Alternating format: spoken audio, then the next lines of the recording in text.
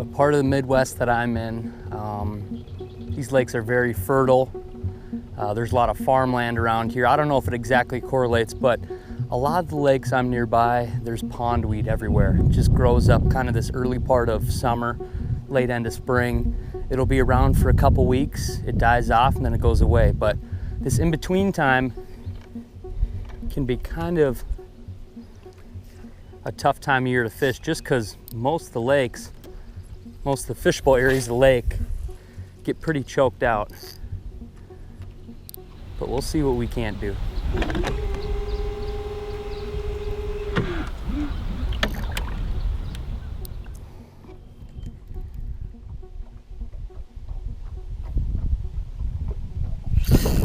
Here we go, better fish. Here we go, better fish. There we go, our first better billy of the day. Here we go.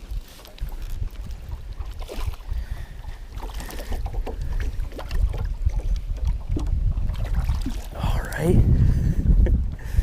Not a giant bass by any means, but our first little bit better billy of the day. Same deal, weightless Cinco. This is such a prime time of year to throw a wacky rig. All right, we'll get him back. See you, buddy. I bet there's a bunch more up there.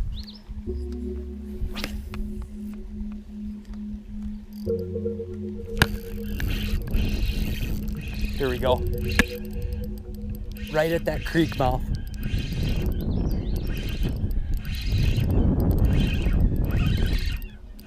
Ooh, they got some freaking muscle.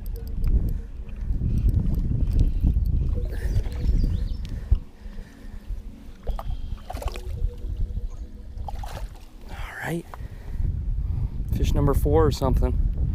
Not a big one again, but another billy. Could there be more? Maybe?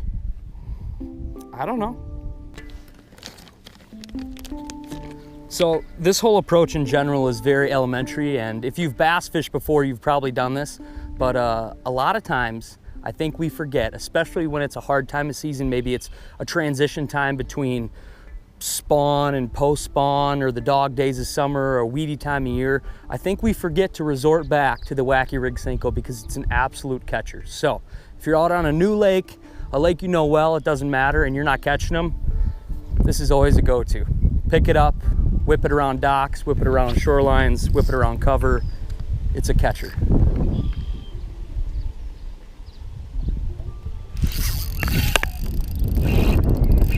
Here we go. Oh, they just got their mouths to that creek and they are freaking eating.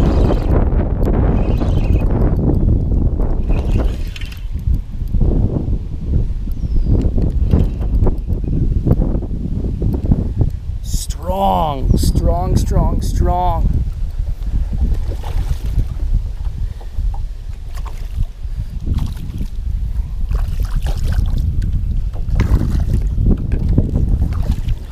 That fish is definitely post-spawn. Look at how skinny he is. That's why he's got the feed bag on. He's trying to recover. Wow. All right, there's another one at the creek mouth. See you, buddy. I like calm, sunny days, especially in the spring. You can really see if bass are up cruising, or you can be really stealthy, and it seems like they'll come hit that Cinco farther away because they can just kind of feel it hit the water. But the wind helps too. The wind really helps mask my presence being here, because I'm in probably, I don't know, 1.5 foot of water. I'm pretty shallow. All right, since they've seen the Cinco a few times, let's try a dang swim jig in there. This little all-terrain tackle swim jig. I think it's bluegill color or sunfish. So good in like semi-clear water.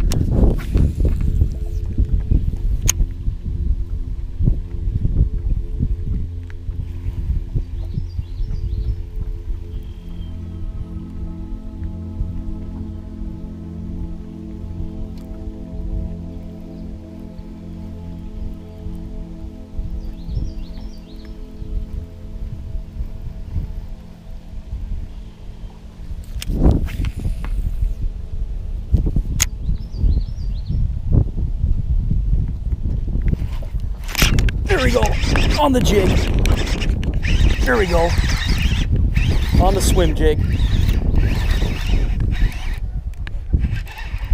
Yes. Get in here. Little better one. That one may have not spawned yet. Wow.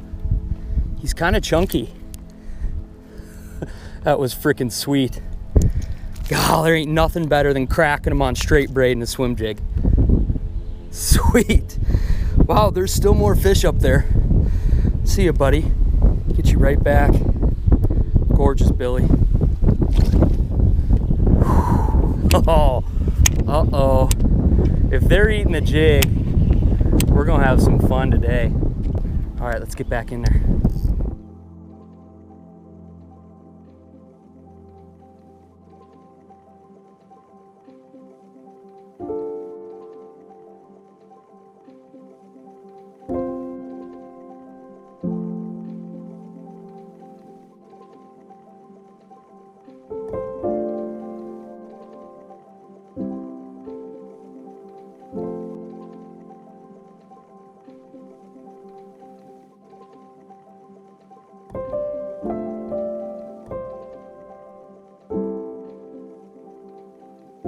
So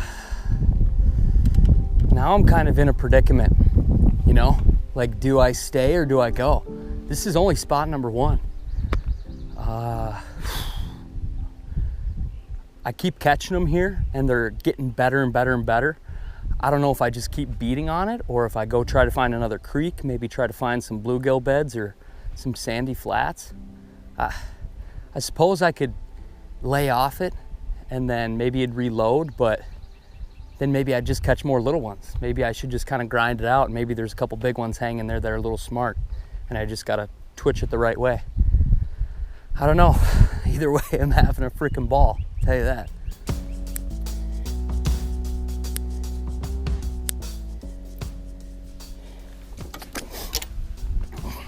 Okay, I really want to catch the first frogfish of the year. And I think I can do it. If I can hit that creek mouth, like right where it's pouring in, that little dam, I know there's gotta be one sitting there that'll poof. Come on, first frogfish of the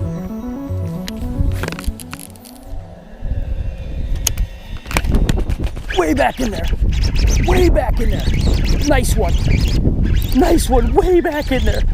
Oh my gosh, get in here. No way. No way, get in here. Yes. Way freaking back in there. I didn't see the frog. There must be a little tiny pool of water behind that like rock that's flowing in there. An old stout son of a gun was laying right there. This fish looks really clean. Wow, I'll lower the camera a little bit. Wow, this fish looks really clean. Nice, big, healthy, largemouth. I think this fish is still pre-spawn. Looks blind in one eye too.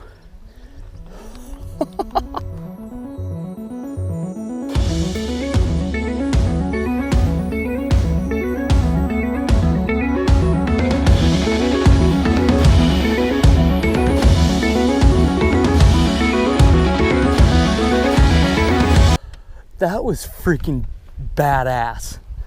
Wow. That was badass. I took like 4 casts right up to the edge of the mouth. Nothing. Flung my frog back in that creek. There must be a pool. I heard, I didn't even really see him come up for it. I just set the hook. Luckily he got out of there, didn't break my line or anything. First frogfish of 2022. I would be absolutely stupid not to try that again. Let's have another.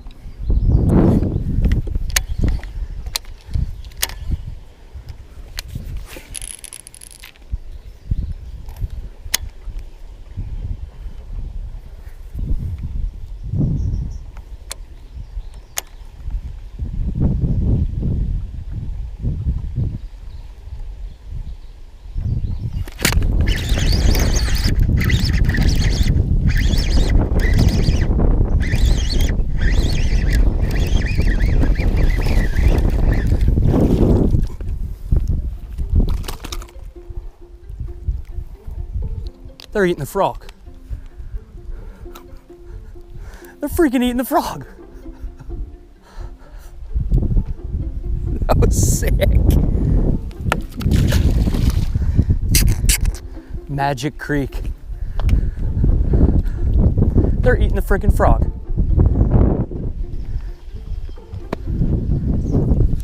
I'm blown away. I did not think I was gonna catch one bass on the dang frog today. It's that weird funky time, like right after spawn. Some fish are still spawning. Some fish are still pre-spawn like you saw. It's just like, it's a weird time of year, and in like 2 weeks, they're gonna chew the frog. But I guess maybe today? I don't know.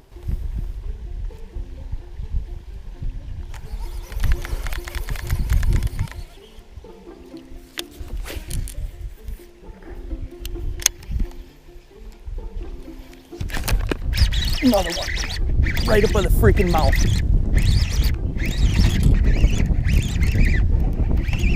Another big one. Are you kidding me? Get in here. Are you freaking kidding me right now? I've had such a walleye itch all spring long. And I've been loving it. I've been learning a lot. I've been loving it. But there is absolutely nothing better than swinging as hard as you can. Absolutely Barry Bonds freaking hook setting into a frogfish. Another one. Shall we have another? How many are up there?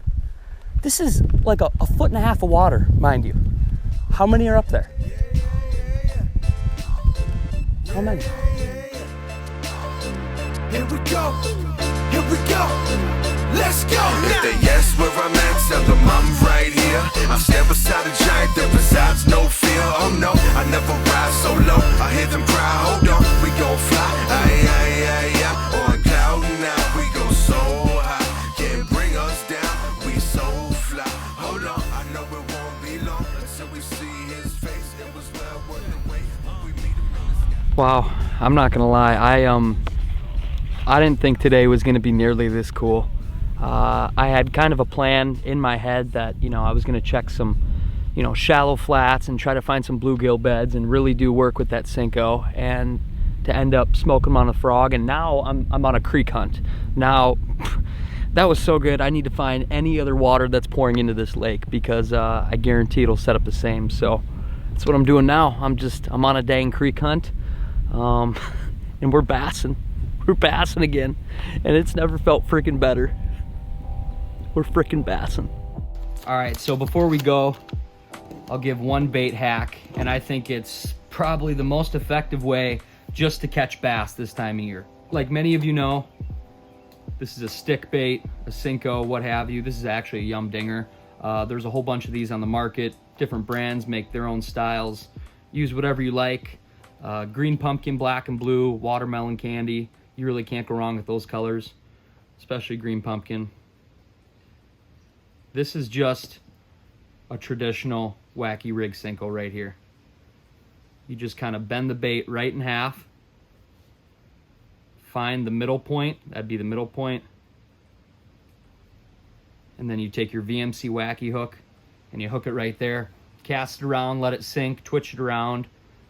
Let that sucker fall right by your docks or your bluegill beds or just any shallow cover. Absolute crusher. But I've found that I save more baits, I have better hookup ratio, and get more bites when I kind of do it this special way, per se. So, first thing you need is the VMC crossover ring. I like the 7mm size. I feel like that just fits a traditional 4 or 5 inch Cinco really well. I'll just feed that sucker through right here. And same deal, I'll find the middle. And I put that ring right there. And the cool thing with the crossover ring, that's kind of why they call it the crossover ring, is there's holes going through on this side, and there's holes going through on this side. So if you're potentially fishing around a little more cover, you want it to be more weedless, or you just like your hook placement here, maybe you're even throwing a little Nico rig, put a weight down there, you can position your hook like this. If you're just going wacky weightless style, I like to use the other 2 holes and position my hook like this. I feel like I got a lot better hookup ratio this way. I feel like the bait has better action this way. And that's what makes this O-ring special, is they have other O-rings on the market, but it only forces your hook to go that other way.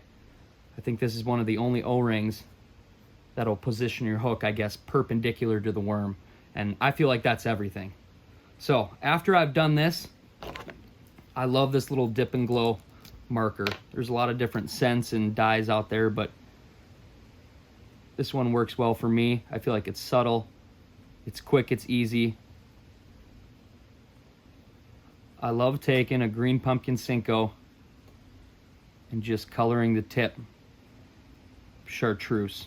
And it's got a little garlic scent to it too. All right, so that right there is a catcher and a pretty dialed little setup. But we're gonna take it one step further. I fish around a lot of pondweed this time of year, a lot of pad stems, a lot of reeds, just a lot of gross stuff in the water. And I don't care if you just start ripping through weeds or whatnot. Over time, this O-ring is slowly gonna slide off, or when a fish bites it, it might get pulled down. You might lose Cincos that way. They stay on here pretty well, but I love just to take this extra step. It'll save you way more baits, and you can get really aggressive. Like if you reel in a whole pile of weeds, you can slap the water with it. You're gonna be totally good. I just take a little Gorilla Super Glue and I put it right on the outside of this O-ring. Just like that. Bingo, bango, bongo. And you don't need a lot. Super glue is amazing. If you don't have it in your boat, you need it in your boat. I super glue everything. I super glue trailers onto jigs, small swim baits. I feel like just by paying a couple bucks at your convenience store and getting some super glue, you can really maximize a lot of plastic baits. And that's the setup right there. Little VMC wacky hook, little VMC crossover ring, 7mm, the Cinco or stick bait of your choice, a little Spike It Dip and Glow pen, and boom. I promise you, if you use this in your rivers, your lakes, your ponds, your creeks, you will smoke bass. You will absolutely crush. Move ahead, oh my pretty babe, something ain't right. Got to find a way to move ahead.